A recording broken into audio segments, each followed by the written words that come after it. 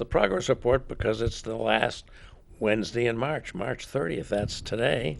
Yeah. If it was September, it would be the end of the month. But That's right. We've had the shortest month. Now we have a typical month with 31 days, and then April's 30 days, and that's going to be starting in 2 days. And we're back, and we're very pleased to have one of our favorite public officials, both at the State House and the City of Manchester, Pat Long, welcome, Pat. Alderman Glad Ward to be 3, Probably our most leader regular leader guest. of the Manchester delegation of the State House, which is a very important job because for some reason Manchester hasn't really decided to staff somebody to deal with the legislature, so they rely on our elected officials, of which a key one is Pat Long. And we are just coming off an enormously successful St. Patrick's Parade Day, which we all know is not on St. Patrick's Day. You got it right, though. We flip it around. It's St. Patrick's Parade Day. It's St. Patrick's Parade Day, which was last weekend on Sunday. And boy, did the people turn out, and did they love it, because we've had a long drought with this parade. And I have to hand it off to my good friend Mike Farley to talk something about that, because it was a really triumphant return. Well, it was a lot of fun, and I don't want to forget that it actually extended the entire weekend because Millennium Running put on their road race, the half marathon, I think it was, on Saturday, and then they had the shuffle before the parade, which is a lot of fun, running up in Elm Street and back, and they all wear the kilts and everything else, and that brings out just an energy, and people running, right? How much more energy can you get? But boy, after 2 years. The St. Patrick's Parade is always the harbinger of spring for me. It's it's kind of the first big event outside. Sometimes there's even still some snow on the ground, but we force it. And it was really great to have the parade. It was the 25th parade. Sadly got postponed. So there was already an effort to make it a big, spectacular parade. And there were a lot of things special about this parade. The biggest one for my heart was that all 3 Manchester high school bands marched. It's been a very complicated journey. That's happened maybe once before? I don't even know if it's happened before. It may have. I don't. It's a really rare event, though, and a much appreciated event. I think the people viewing that parade really loved that. And there were, I believe, 6 pipe bands from all around New England, including a band coming all the way up from Bergen County, New Jersey. I always mention them because I love those guys. They stick around. People may not realize, but after the parade, all the pipe bands stick around and they move from restaurants to bars, and they play little mini concerts for the people that are out in the city. So it helps keep the festivities going, and we certainly saw a lot of that. I happened to be over at the Wild Rover for a little while. Some people go to the Shashkeen, some people go to Murphy. I mean, there's plenty of places. We really appreciated, as I was marching down Elm Street, we really appreciated the crowds turning out. There was a great crowd. Yeah. And it was, it wasn't the greatest day. It was a little cold. There were a few drops of rain. It threatened rain, but it didn't rain. So, the angels were with us, and we managed. I want to point out 2 things before I stopped. I don't mean to go on, but one, it's very important that everybody understand that parade is 100% put on, all the heavy lifting, all the muscle work, all the fundraising by the Manchester St. Patrick's Parade Committee. Those guys are special people. They're still asleep, I'm sure, right now, but when they wake up next week, they'll start on next year's parade. That's how it goes. They're the greatest. And the other thing I wanted to mention is that the Parade Committee and the Hibernians ourselves made a special effort this year to recognize the Ukraine by flying their flag, by inviting them to march in the parade at the end in front of the largest band, which is a place of honor in an Irish parade. You always finish strong. Sure. What was the largest band? Londonderry. It usually is, yeah. Londonderry, boy, they got an awesome band. If you've got program. people creeping out onto the streets, Londonderry certainly pushes them right back on the sidewalk. They've marched in the Rose Parade. I mean, that's pretty impressive. They're a fantastic band. Yeah. They really are. And Central, as the newspaper pointed out, Central looked really good. It was a fantastic parade. Who else? Who am I missing? We had the unicyclers. We had the Irish step dancers. Step dancers plenty were of awesome. step dancers. Isn't that great? We had the That is Shriners good. were there, you know. three different step dancing schools. We had the unicyclists. We had all kinds of great stuff. So I mentioned to Pat, it was like a circus just coming down the street, Yeah. live action for everybody. And so thanks to everybody for coming out. Thanks to everybody who worked so hard to put that on. It was not easy. Thanks to all the police and fire and everybody who, helped keep things in order. And I don't know if folks noticed, but there's a whole bunch of new rules now. We had to put trucks at the intersections to prevent random people from causing harm. That when at the very end of the parade, they had to have more cars abreast to cover the whole street, so no one could come up from the back. All of this extra security. I did not notice that. Well, that's good because it's supposed to be, on the down low. Right. But that costs money, and I'm going to say again, I say it all the time. The city of Manchester paid $0 for this parade. The parade committee raised money from private sources, from big companies to small individual donors. They paid all the police. They paid everybody that needed to get paid. They rented those trucks. Every bit of it was covered.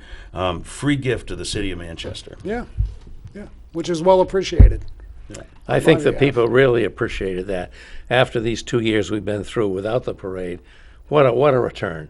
It was probably the biggest parade you ever had, wasn't it? I think it was. I think it was, and I'm just going to remind folks, they ask, well, why do you do it so late? And this is why. Because the Bergen County, New Jersey Pipers were playing in New York, on St. Patrick's Day week.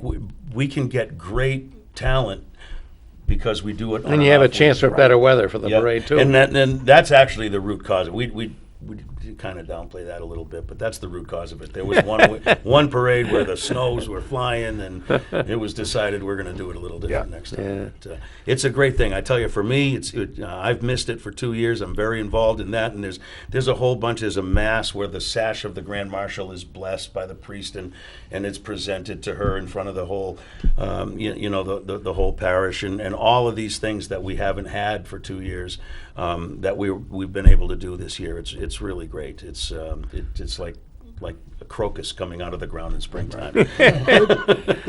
A nice image. A nice image. All right, I've talked too much. I'm not going to say anything else for the rest of the show. Sorry. I hope that's not true, but in any event, I want to let Pat Long have his chance here. He's one of our favorite guests. He's a long-time serving member of the Board of Aldermen, Ward 3. How many terms, Pat? He does that. Since 2006 That's quite a lot. was my first. With a I lost one- two One terms. time you diverted into the Board of School Committee for a term, but I did when I lost an aldermanic race. 14 months on a school board. so you've got some insights into both Yeah. the city side Sure. and the school side, but in addition to that, he serves for the pay, obviously, in the New Hampshire legislature for $100 a year, where he's been continuously the leader of the Manchester delegate. Are you still the leader of the Manchester? Representative Andrew Bolden is now took that Well, he's since a I worthy became successor. since I got chairman of the county delegation. Chairman of the county So I delegation. had to drop So something. Pat has his hands on all three levels of government, municipal, county, and state. And they're all very important to the quality of life that we have and hope to continue to have in New Hampshire. So, Pat, I know things are really cooking in the city and the state both right now. Let's start off with the city. We just had the city budget proposal presented by the mayor. Yeah. You want to give us some of the highlights of that and how you feel about the project, the budget overall? Yeah, some of the highlights of that was the where the mayor was able to put efforts into different departments and the city as a whole to maintain what we are currently delivering right now with respect to the city, and also there were a few areas she was able to add to that complement. One thing I noticed, we're constrained by the tax cap in this city. We're not alone in that, but we are the largest city and have the tax cap, and that's been an issue again and again and again. Can we override the tax cap, which requires that both we cap revenues and expenditures? It's Correct. pretty unique in that way. And now, we're all dealing with a terrible problem of inflation is back. We all see it principally in gasoline prices, but heating oil prices, but it is definitely back. But the other side of that is that it probably means that the budget isn't capped quite as severely as it might have been in years past. Am I right about that? Yeah, as far as, well, you're right, it's 3.57. It's, been a little over 2, I think, is the largest in the 11 years we've had the cap. So it's 3.57. And also the with respect to revenue, we're not getting revenue. We're losing revenue. Parking, people aren't coming to work downtown. They're working from home. So there's a couple registrations. Some people aren't getting cars that are living downtown. You can't find cars. Yeah, Or you that's can't find a that's car. an issue, Yeah, you you know? order a car, it takes 6 months to get here. Yeah. So, fortunately for APA, I mean, one of the fortunate things is we're getting aid, added funding from feds, APA money, American Rescue Plan money, and the state, which is getting money from the feds also to Yep. pass down to the municipalities. So one of the most and the significant county. things about the city budget as presented by the mayor, where is the funding that's available mainly going to increase opportunities and programs? Yeah, well, mainly, we want to maintain what we got. And when you maintain what you got, you always got to add, finances get added on. So we're at 8-point-something million is our 3.57% with respect to revenue, and that gets split between the school district and the city. So we're able to maintain, it's mostly shortfalls that we're concerned about. One is with severance pay. Severance is when somebody retires and they get all their severances, which is their sick days that they have, their vacation time, whatever. So that could be a big number. Numbers, by the way, that are not necessarily reflected in the private sector. Oh, well, no, they're not at all. Yeah, no. People, Yeah. and that's what leads to some people taking drastic positions Right, with right, regard to city finances. Is this idea that there's some sort of imbalance that has grown. Wasn't as big when I was a kid as it appears to Yeah. be now. Well, And back it's in the not- day, that issue's never been addressed. I mean, yeah, it's well, we used to have the departments carry the severance, and some of the departments, police and fire, that's a big severance number. 80 grand, 90 grand. Average city is probably 50, 45. yeah. Average guy, but in probably the- $10. Yeah, I remember leaving a construction job and they said, "Hey, wait a minute, you didn't get your severance pay yet." Yeah, that never happened. Here's you work 20 hours. Here you go. Have a see you on the next one. I mean, But- I don't mean to grouse, but it's an Yeah, issue. yeah, I'm just and it's kind of no one wants to talk about it. right. But it's an issue. I'm thinking that I'm thinking that whenever that was a hot topic, they needed that to attract workers. However, we're in the same position today attracting workers. We got a lot of departments that are short on their complement because people just aren't applying for whatever reason. And mostly it's the pay. Let me see. I could work in Manchester for $35,000 a year. I could go to Londonderry for $45,000 a year and have less responsibility. So those are all. I mean, we've been talking years about the Arga-Decker. Those I understand the salaries, but you also have the people who say, I could work in Manchester for $130,000 a year with my detail work and everything else. Yeah, but that doesn't go towards your salary, though. The state stopped that. So it's your salary when it goes towards your pension. I mean, before it was attractive to, I could go work for the Manchester Police Department and just take all the detail I could handle. That bumps me up another 30, 40 grand a year. That helps with a $60,000 salary. That brings you up to 100, right? So if we aren't funding these severance requirements that we're going to have to pay, how are we going to handle that? Well, that's one of the shortfalls that we have to look for. Yeah. That's like another 1.1 million that we have to find. And So then do we just call in the department heads and say, find that in your budget, or what do we do? Well, because their budgets didn't increase, so they're going to be tight. So to expect them to pay their severance, I don't see how that's going to work without laying off people.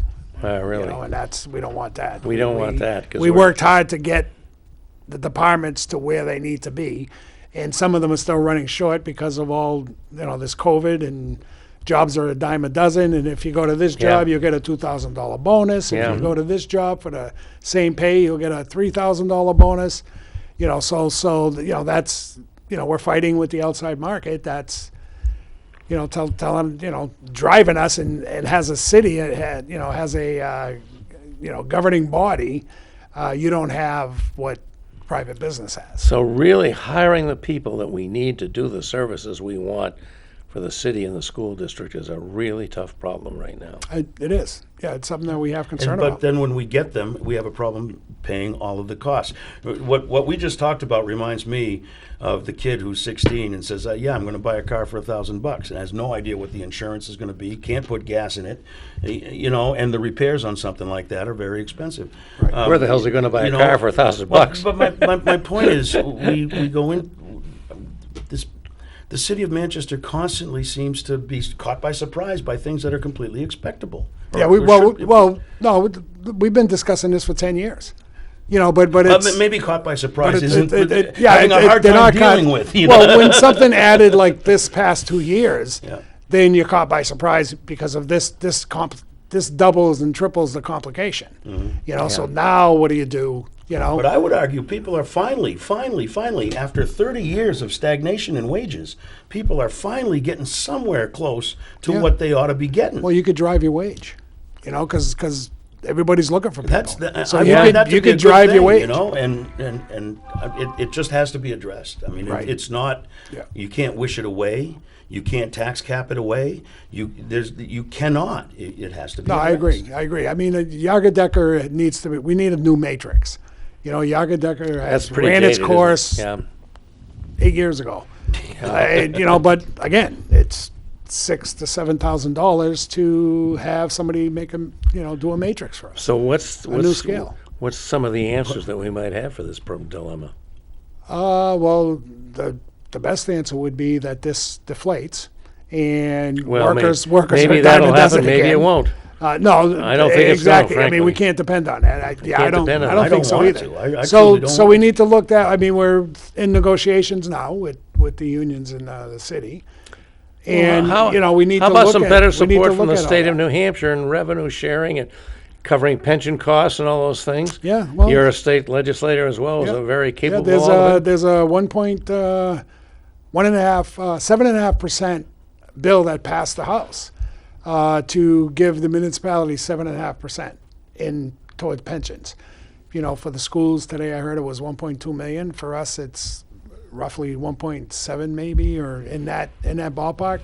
That's how. And the way it passed the House, because the House isn't about to vote for stuff like that. They don't agree with that. Yeah. However, we got the votes because if you But want to I- get, but if I you look at want to that number, lower, Pat, I look at that number.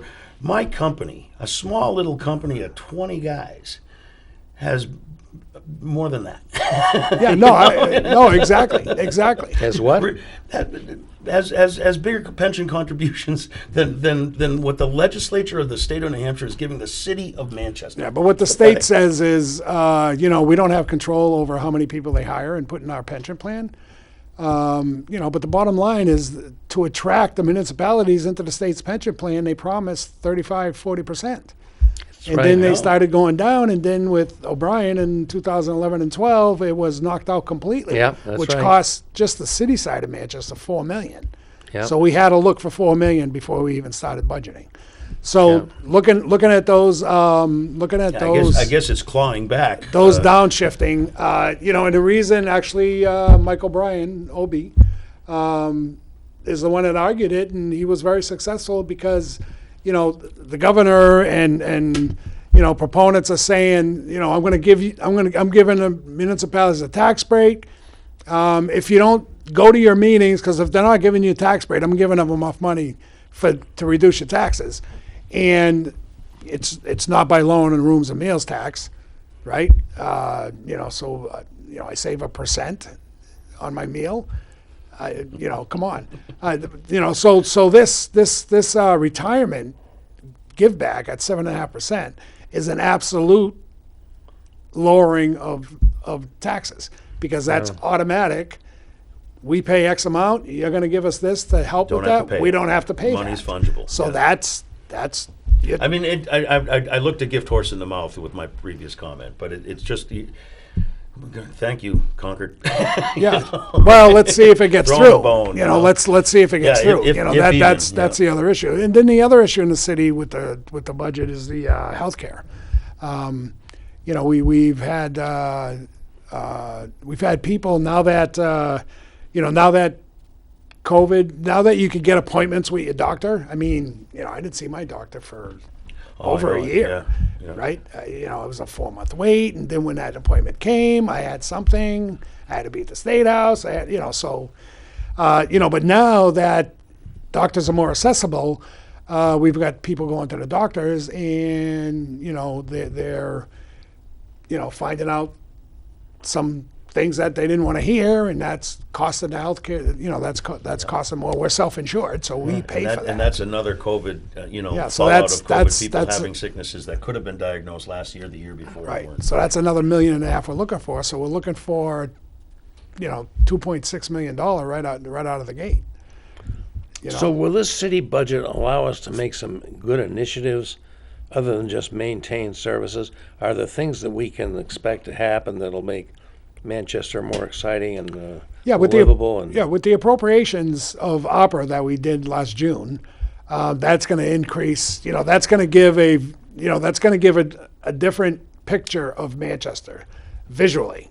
You're going to see changes in Manchester. The federal money that they received for South Elm Street, you're going to see visually. You're going to see a difference of Manchester, and I think a lot of those You're talking initiatives, about all the apartment buildings being built. Is that what you're talking about? all the apartments being built, pedestrian bridges, the there's 25 access. million for tunnels, and a lot more than that. A walkway over Granite Street, so that That'd be I don't know nice. if you ever went to those lights by the Fisher Cats. Oh, it takes forever. It takes you're sitting there for 5 minutes Yeah. before you get a light, and Yeah. 3 cars go by, and you get a red light again. Yeah, that's right. So this will be helpful with That'd walking. be enormously helpful. Yeah. So there. I mean, the mayor has put together a huge advancement visually for the city of Manchester. That's very important. Through these ARPA fundings, we got a program starting through ARPA where in a city, certain streets, they're going to constantly clean. They're going to every time there's trash down there, they're picking it up. They're putting this disposal. They're raking leaves. They're going to street clean. So it's a That's major right. initiative. That must be really exciting for you as a downtown Yeah, Manchester but, alderman. You talk all the time about evidence-based. The evidence shows that Yeah. if you take care of that, the bigger problems, speeding. If you take care of speeding and red lights, it No, yeah, helps absolutely. all of the bigger problems. Yeah. And it's short money. I don't understand why we haven't done this sooner. Well, now we're able to do it with federal funds that were given to us. I mean, it all has to be appropriated by December of 24, and it has to be spent by December of 26. So we got a good 5 years to set up something good, and so that December of 26, come January of 27, we could say, wow, with this $43 million, look where we are. Look what we've done. Look what we've And done. you think the city's taking advantage of this the way they should? They're really on it? They are. Yeah, I think they are. I mean, really great. we've got to constantly keep in check with it, which has been missing a little bit, to make sure that So what we who's appropriated really in charge for, of making this happen? I'm sure the mayor has a role. that's the planning department. Planning Yeah, department. they're all broken down into CIP numbers, Mm-hmm. and we're just using the APRA funding for the CIP. Oh, that's- The idea, that's of very course, good. is at the end of this 5 years, we have a more beautiful city, we have a more accessible city, we have a city where business has been extended down to South Elm. That's something that we've been waiting for Been 40 waiting years. for a long Exactly. time. And that will drive new development, that will bring more tax revenue, more tax base, more importantly, into Yeah. the city, right? Yeah, exactly. That's the theory. I mean, there's right now in the queue, there's about 700 units downtown, apartment units in the queue. I mean, it's I mean, it's it's a high. it's amazing. It's interesting to me that none of them are condos. They're all apartments. They're all apartments. They're all And, apartments. I mean, and I talked to the That's a really developers. big change from 20 or 30 years ago Yeah, when it was going the other way. But Yeah. I'm really wondering, because these are all market value apartments. There's not too much low income. No, we have some affordable housing, not do? workforce housing, but affordable housing. We coming. do? Yeah, one of them. Each one of these them projects coming has to the some zoning affordable board. housing? Coming to the zoning board, we have about 200 units going where the old police station is. Actually, 150, I believe it is. Where the old police station is, they're going to demolish it. Within that, They're going to okay, yeah. demolish it and build a new apartment building. And across the street where there's parking, same thing. Probably 40 units there. So we Really? do have MHRA at Kelly Falls, 48 Section 8 units. We need Section 8 units.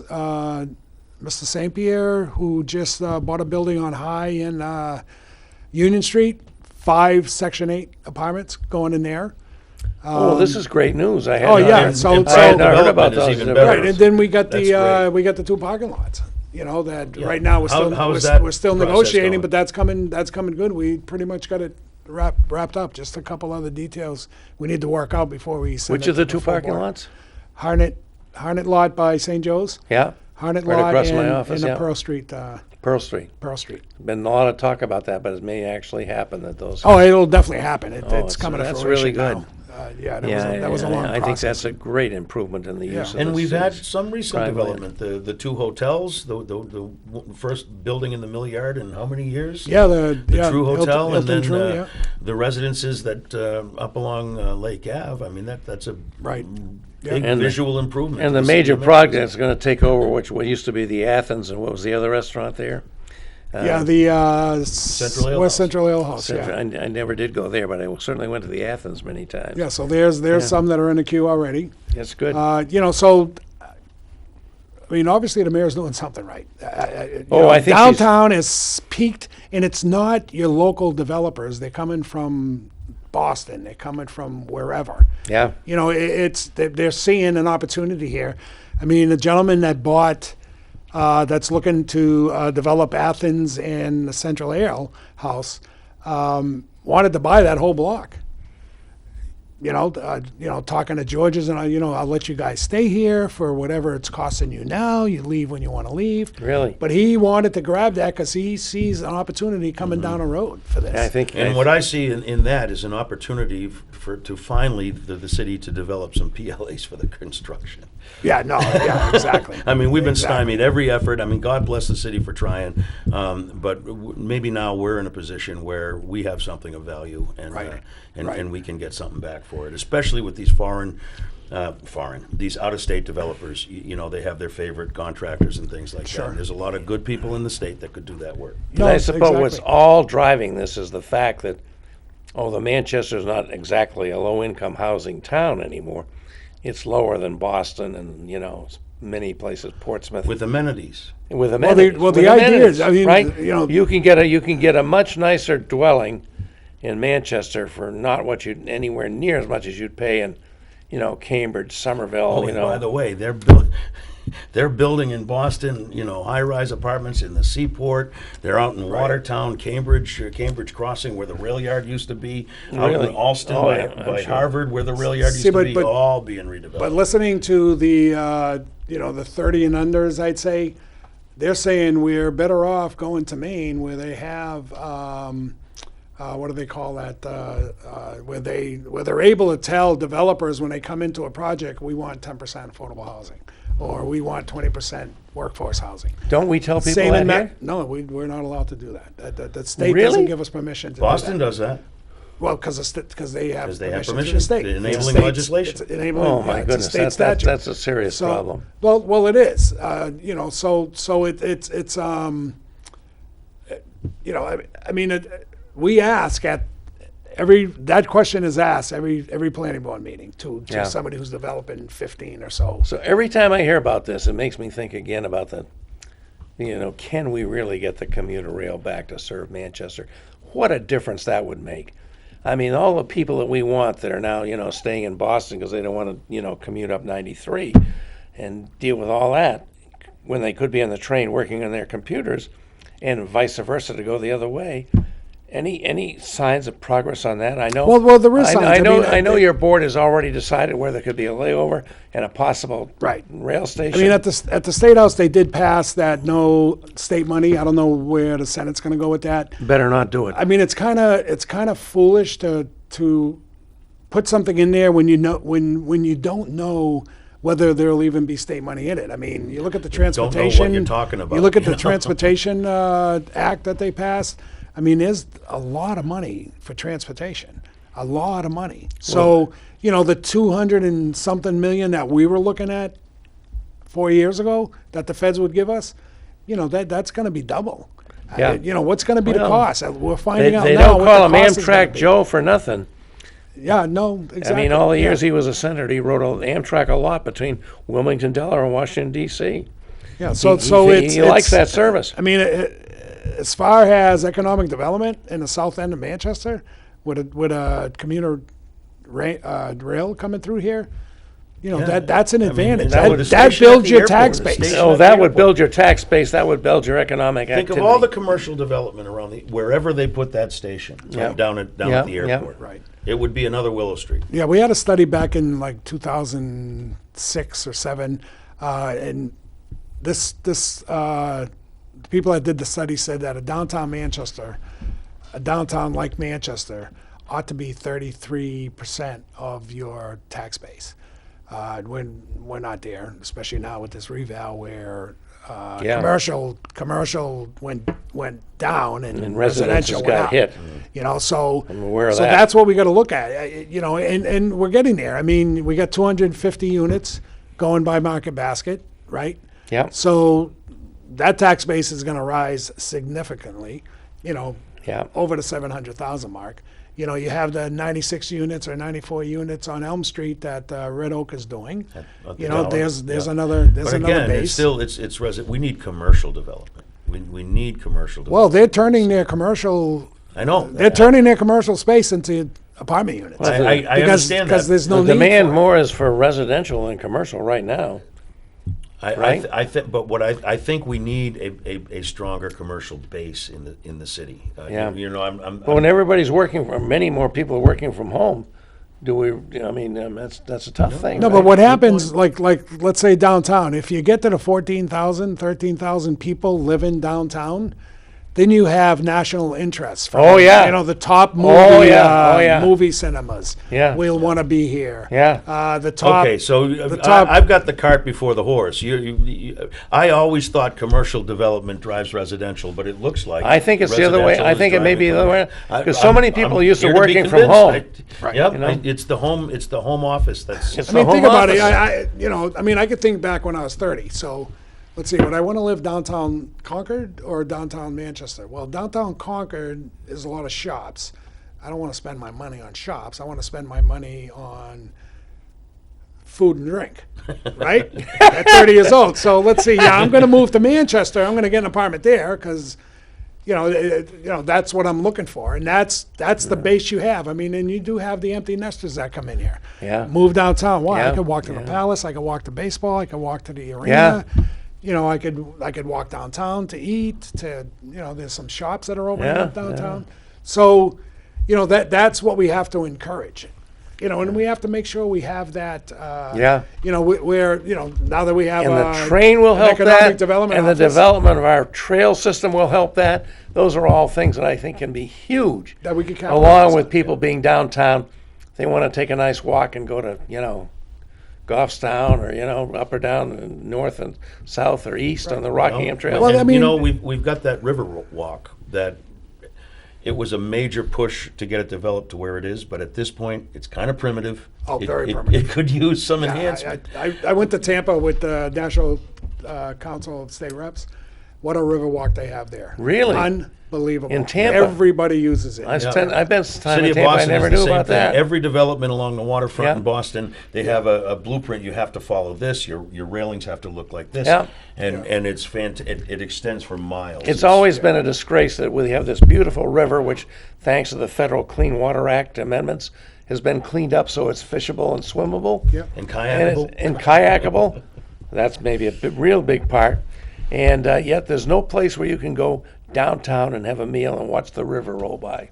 Yeah. Really, there's Unless you want to sit in the parking lot. Well, I have to tell you, I have to just make. There is a place called what is it? The Riverside Cafe, run by Carrie Lehman. Okay, yeah. It's not a public restaurant, but you can rent it for a great meal, and you can watch the river go by. Where the hell is the Riverside? It's right down. It's across, actually, right across the street from the Millyard Museum in the Wambeck building.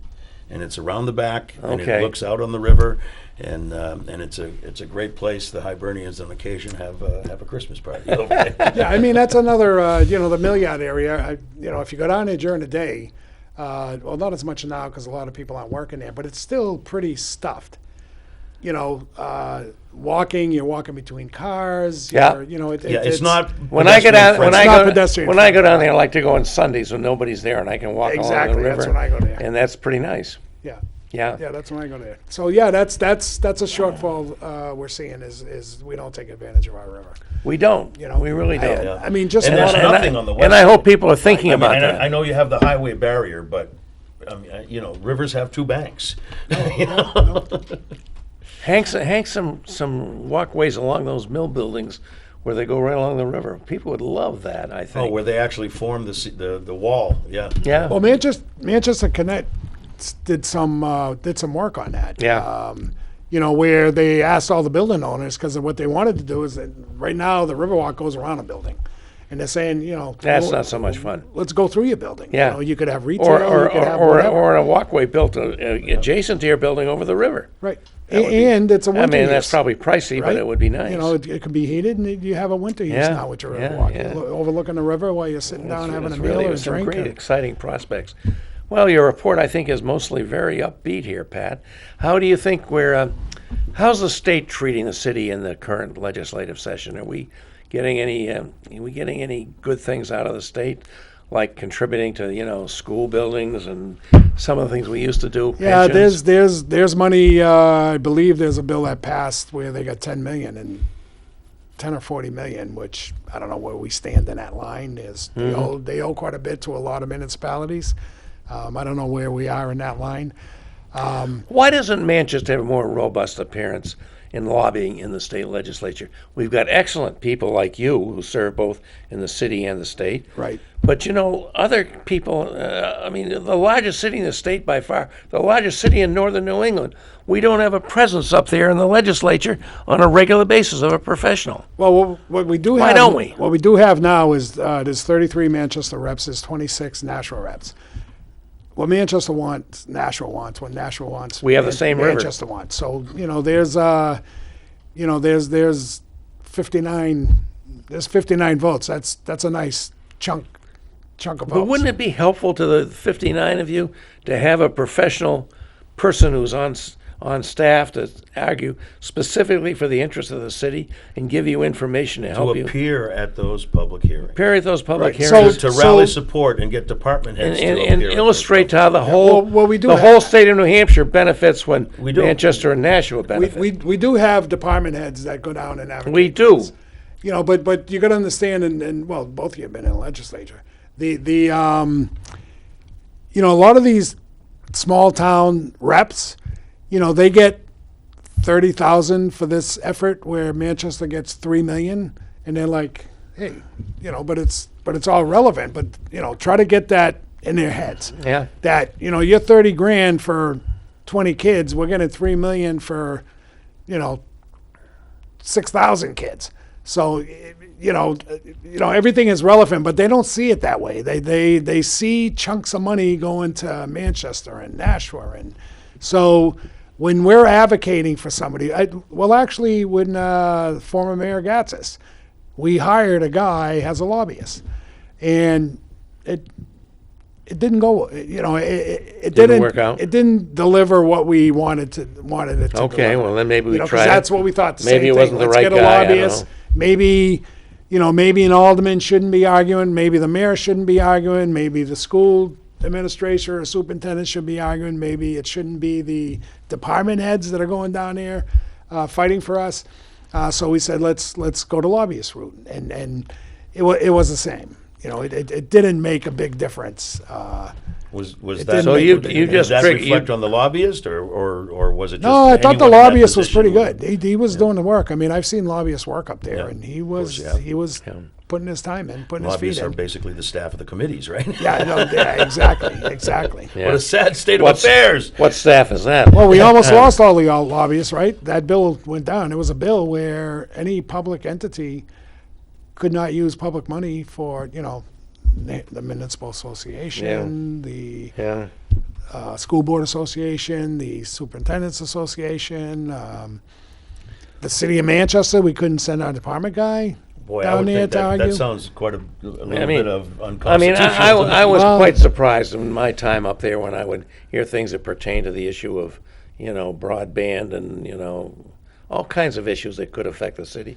The city was not very well represented in those hearings, in my opinion. Right. But let me turn to another Well, subject. do we have a broadband problem here? No, I don't think we do. Yeah, no. So No, yeah, I was a poor example, but there were other The things. costs that are we too did. darn high, but other than that, Yeah, we have Yeah. broadband in well, lots of places. a good example was the solar panels Yeah. going from 1 to 5.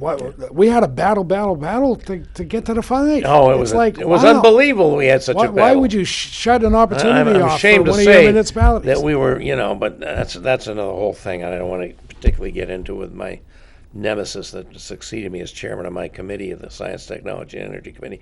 I don't want to get into that. But you did raise the issue of education, Yeah. and that's a huge issue for the city of Manchester, I think.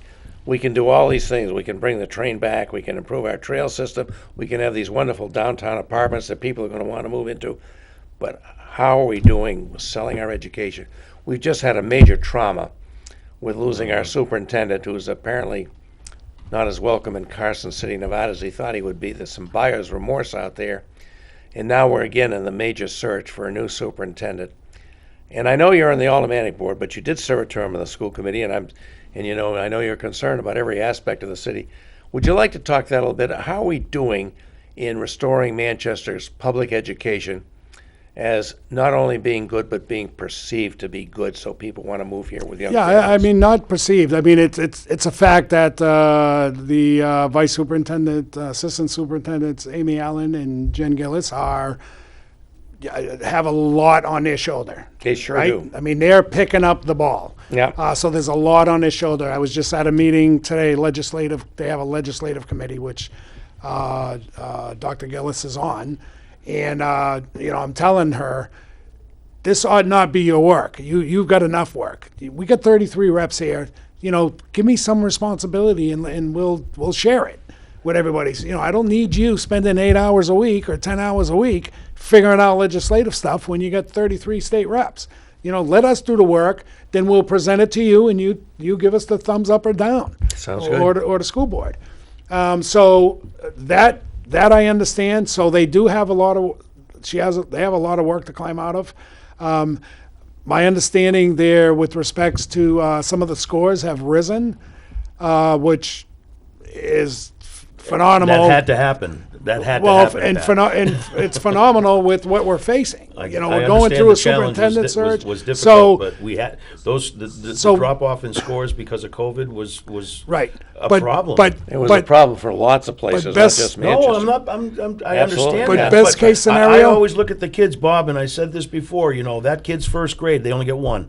You No, right. can't make it up next year because that's Right. second grade now. So you got to get it right the you know, first. so I mean, that's my concentration is on how are we catching these kids up, mental health wise, behavioral health, being in school, now going to school, getting into that. I mean, if I was home for a couple of years, on my iPad playing my games and on a video, and now all of a sudden you tell me I got to sit in my seat for six gotta be hours a tough. day. Yeah, that's a transition. that's I gonna don't be want to do difficult. that. Yeah, it's so so making sure that those programs are in place. They have ESSER money, which helps with that, with putting in those programs that addresses mental health, behavioral health, mentoring. Mentoring programs like City Year, like My Yep. Turn program with Alice and Joseph. Where they mentor one-on-one with students. They massage students on what their needs are. That's huge. You get that out of the student's system, and they're beginning to do well. In my own family, Pat, I have a lot of teachers. They're all dealing with teacher burnout. Everybody, even my daughter who teaches at the university level, is a full professor. But certainly my niece in Somerville is a special ed teacher who's been through just a horror show with the remote learning as a special ed teacher is just horrible. And even one of my relatives that lives in France and is teaching, he's had to take a leave of absence for stress. It's happening all over. How are we doing in Manchester in terms of just staffing the schools with the teachers we need and the substitutes we need? You got anything on that? Well, my understanding is that the retirements this year won't be as much as it was last year. Oh, that's good. So that's a good sign. That's a very good sign. And there are still, people looking for the work. I mean, there are some of the teachers I spoke with. They wanted to be in Manchester. They want this. Think about it. You teach in Manchester for 5 years. You're like, okay. That's You can nice. handle that. You can handle anything, right? You got it. Exactly. And teachers, some of these young kids want that. I mean, I remember the time when they were laying off. I forget how many. There were 100 and something they laid off. Oh, it was a horrible Back then, time there. Yeah. And the people they were laying off were friends of my stepdaughter, who was a teacher, and she went to Maine, but her friends were in Manchester, and they were going to save the world. They had that attitude. Every kid I touch is going to be the brightest and the most successful kid. We lost them. They got to go. We Right, lost because them. they're on the Yep. bottom of the tournament. But I'm like, Do you, wow. do you think they left teaching, or are they just doing Oh, work no, somewhere else? yeah, right? they're doing their work We're somewhere losing else. out, but Yeah, you're someone right. else is You're right. benefiting. I mean, Not to we- mention the training that they did have before we had to leave. Right. Yeah. Yeah, we had a ELL teacher in West that, doing the immigrant and the immigrant, working with the immigrants for 12 years. I was blown away after 5 years. She was on the job, and she was meeting with these kids, and their parents were there, and I was like, I was told for 5 years this is never going to happen. Parents are never going to show up because that's not their responsibility. That's your responsibility. Well, she had the parents there, and what a dialogue she was having with these parents of the immigrant population, English language learners, and she went to Londonderry for more money. Yeah. Right? You can't blame her, but it's like, and why what a do loss. we What a do loss. this? Yeah. What a loss. Pat, I'm going to throw up a topic that maybe it is why we do this. There has been for years a concerted assault by the Republican Party against public education. And it goes on. Right. They are against public education. They want to defund it. I don't understand how in any way that can be good for any society. But can you talk about that? I mean, the Yeah, challenges. I mean that's the that's the sense you riots get. in school board meetings. Attacking well, school I board mean, members, attacking teachers. I'm kind of happy that Croydon happened, because I'm talking to people and they just don't believe me that there's a population up there that doesn't want public schools. Why? Because that's a lot of tax dollars, and I'll keep that in my pocket. I'll take care of my own kids. They don't want a police force. I carry a gun. You want to protect yourself? Carry a gun. Fire department. You got a fire in your house? Put the fire out. Yeah. Why do I got to pay the fire department to come over? No, and your house, your put out- fire. put out I'm your never fire? going to get a fire. I'm never gonna, exactly. But that's the mentality. In bad Croydon, mentality. the Croydon school proved that. Yeah. I mean, I talk to people and they're like, yeah, come on, that's never going to happen. Well, yeah, it is. It's happening. Croydon school, it's happening. It's happening in too many we places. cut your budget in half, and we didn't do it transparently. It was at a town meeting at the end where we cut it in half, and they weren't. The vote was Yeah, like not- 20. It was a snowstorm. It was the like turnout was 21 low. to 10 was the vote. Yeah.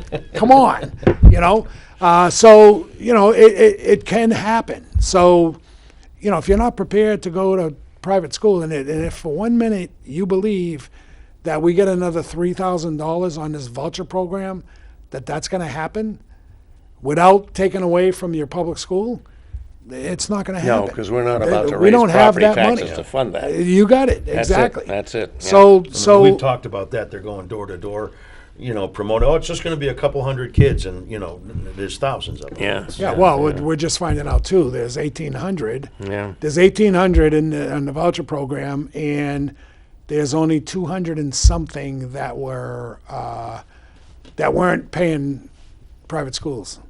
So the marketing is, look at this, 1,800 people wanted to send their kids to private school with the voucher. No, it was 200 and something kids in the state. That's a small number. It sure okay, is. so promoting this like it's sliced bread is just not the case. And they're up to $10 million. We got a phone call. How Got nice. a call. Let's see what this is all about. Hey, caller, welcome to the Progress Report. You're on with us and Pat Long. Well, I think that public education in Manchester is getting a beating because, like you were talking about wages for the teachers, and then the students not getting enough funding per student, and people are trying to take their kids out of the public schools. They want them to go to charter schools. They want them to go to Catholic schools. Yeah.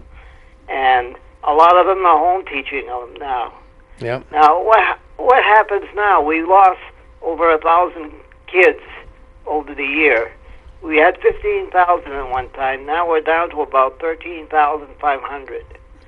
What in the world? How much more are we going to lose before we find out that we're down to about 5,000 kids and we have like 19 buildings? So give me your take on that. Yeah. So I mean that's Good points. Yeah, that's a great point. So from last year to this year, we didn't go down in students, but actually the number was, I think it was 8 with the last, like in September when I checked, or October when I gave a number. So we didn't decrease. A lot of the loss was due to COVID. Parents, I was getting calls from parents about, what am I going to do? I got a 10 and a 12-year-old, and I call them during the day. They're supposed to be on videos. They're not answering the phone, telling me they're outside doing something. And she can't afford to, daycare ridiculous. to watch them. I shouldn't. The value is very high, but the cost is very high. And we were maxed out at our programs, at the Y, at the Boys and Girls Club. We were just maxed out. Fortunately, I was able to get her 2 kids into the Y, squeeze them in there. So there were a lot of, it was all remote. So it wasn't like I could drop my child off at school or to see them get on the bus and go to school. So it doesn't appear that number is still lowering. So it's not, I understand the numbers going down. So the buildings, which they're looking at facilities right now, yes, there are buildings that is under capacity, and we don't need to be maintaining them if we're not using them, and that's going to come quickly with respect to a couple of elementary schools and how to reorganize all that. It's not going to be a 4-year study. We've already had plenty of studies. I was talking to School Committee O'Connell, which says we have all the information we need. It's just a matter of us doing what we want to do. What we think is the right thing to do. What is it they want to do? Well, consolidating some of the schools. Yeah.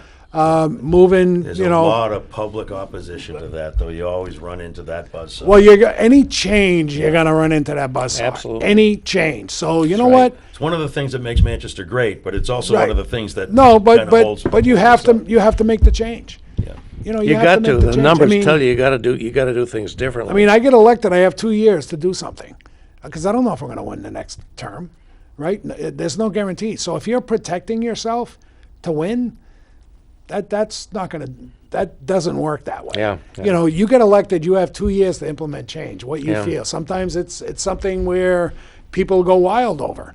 But if you believe that's the way to go, that's why you're elected to go there. Yeah. You talked a little bit about buildings. There is one beautiful building. I love it. I walk past it to go to OLPH, which is gone. Hallsville School. Yeah. It's surplus property. The city's looking for a good use for it. One use kind of didn't seem to be a good fit, but I understand that they're having some community meetings. There's a lot of opportunity there Yeah. in that neighborhood. Yeah. What are your April thoughts on that? 6th, April 6th at 6 o'clock at Hallsville, there's a meeting. Anybody wants to go. Personally, it's a historic building. Obviously, it's got a lot of history in Manchester. What is it, 130 years in Manchester? So I don't want to sell it to anybody or give it to anybody. I want to lease it. I'll lease it. Now, the proposal that came to us was 20 elder units. The Child Advocate Center needs to expand. I went to their place that they're currently in. It is way too small. What's happening is that we're getting kids and parents in there that we have to give them a card to call somebody to set up an appointment to help you, where if it was a larger space, they'll have clinicians there. You go see the clinician, okay, here you go. Next week we'll see you at Thursday at 6. So that helps. They're looking to put in a, what do they call the early child care school? I'm drawing a blank. Early childhood education. I mean, Yeah, there's a pre-kindergarten okay. going in there, but it's not called pre-kindergarten. I can't think of what it is. And then there's a gym that's already there that's going to remain with the public. So, you Kind want of to a little organize neighborhood basketball community center, games. yeah. Exactly. Yep. So I thought, yeah, why not? They came to us. Our part of this is letting them use the building, but through a lease. There's probably about a $7 or $8 million renovation, but they're going elsewhere to get that. They're going to So the county. you'd say the city should hold on to the building but lease it out, maybe for very, very low cost Right. for these organizations that want to benefit the city. Yeah, well, it's going to, 67% of the Child Advocacy Center is Manchester kids, 67%. So, you know what? I just keep remembering 9 years ago or so when we got a report from the school district that we had 900 homeless students. And from that 9 years to today, the only thing I can know that we've done is the effort we did with Waypoint, with putting in that the teen center. But other than that, that's it. The bottom line is take care of the kids now. Then when they're 17 and 18, you're not chasing them. That's right. You know what I mean? Unfortunately, a lot of people want to see a result today. It's going to cost money, but what's the result? Well, you don't know the result until until this 12-year-old is now 18 or 19. If you have somebody that's a revolving door in and out of jail, that's not a good result. Right. Well, get them while they're young. And Yeah. Really, young, I again, would I say. travel the country on juvenile justice and diversion programs, and that's the way to go. Federally and statewide, that's the mindset now. Yep. Is put people in your community with diversion programs. So right now, there's a statute it's already a statute. Prior to chins, diversion. I don't care. Prior to being entered into the court system, you need to do a diversion program. Yeah. That doesn't work, then we'll reconsider it. But Yeah. 80% of the time, it's working. Yeah. They're fine. Yeah. Well, Pat, every time you come on with this, I'm just in awe of the capability and the knowledge and the passion you bring to the representation for the city of Manchester and your ward, the city at large, and in the State House as well. It's just really wonderful that you do all you do. I mean, and you're so well informed, as you demonstrated again today. It's just amazing. So we're very grateful that you join us again. I'm grateful to be here. Well, really, I mean, I just And like think I said, I it's- got 2 think it's years to wonderful. do stuff, so I can't be sitting at home. Well, I hope it'll be more than 2 years, but as you say, that's up to the voters in Ward 3. No, that's right. Take And, two-year bites at a time. And I hope we'll have you back many more times, because I'm always so in awe of the knowledge, as I say, and the commitment that you have to making the city of Manchester a better place. So there we Did go. you guys see Mike. the Inkling, by the way? Huh? You didn't see Pat Long the cat? I did not. I'm going to have You to go got to look look for at the it. Inkling. Really? Yeah. Did they get you? Yeah, how much time we got? We ain't got much You don't time. have time. You want Yeah, you got to look at the Inkling. Inkling? It's pretty. Okay, I think I'm subscribed to that. Manchester Inkling, yeah. So I will. Very good. And just I want to say thank you to John Donovan, who's retiring. I think tomorrow's his last day. I couldn't go to his party he had at XO, but I wanted to thank him for his 35 years of service to the City of Manchester's youth, the Office of Youth Services. Okay. Well, good Wonderful. job. So, Well, we'll have a lot more to talk about next time you're here, Pat. Sure. And it was a real pleasure to have you here was. tonight. And we're very fortunate the city has this kind of representation. I'll be away next week. You'll be away. I'll be on with Lou D'Alessandro. I know what we got coming up, folks. But it'll be me and Lou, and we'll have something interesting to do. I'm hoping in the very near future we'll have one of the co-authors of that book, The Upswing, I've talked Go, about. Bob. We're going. See We're you next going. week, folks.